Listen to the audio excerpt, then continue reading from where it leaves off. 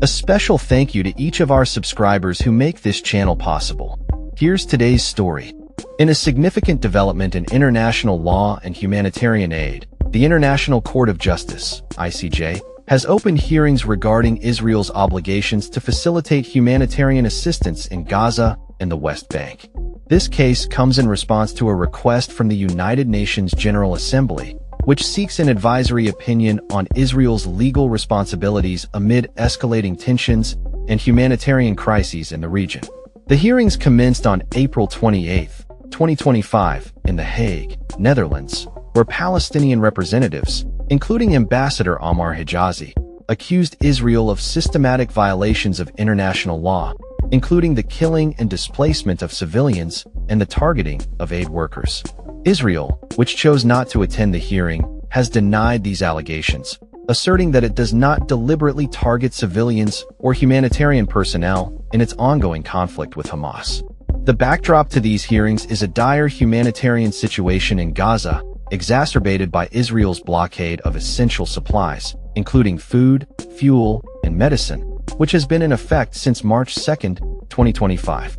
According to the World Food Programme, food stocks in Gaza have run out, leaving hundreds of thousands of Palestinians struggling to feed their families.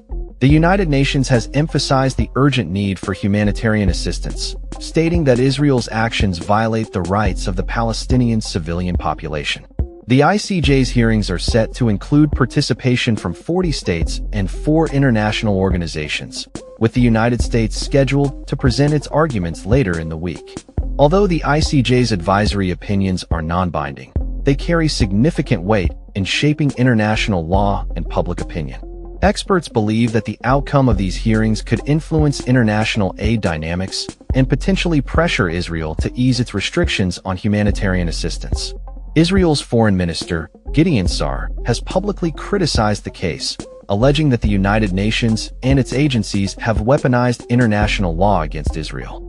He accused the United Nations Relief and Works Agency for Palestine Refugees in the Near East, UNRWA, of failing to act against Hamas's alleged use of its facilities for military purposes.